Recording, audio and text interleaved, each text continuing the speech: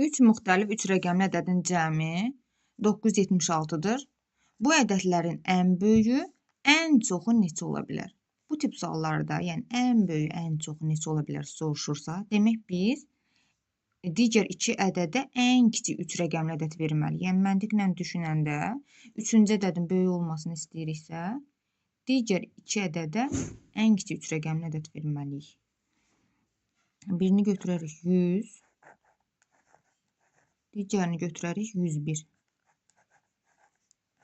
Onsuz da 3 müxtəlif ədəd deyir də, rəqəmləri müxtəlif demir. Plus x bərabərdir 976.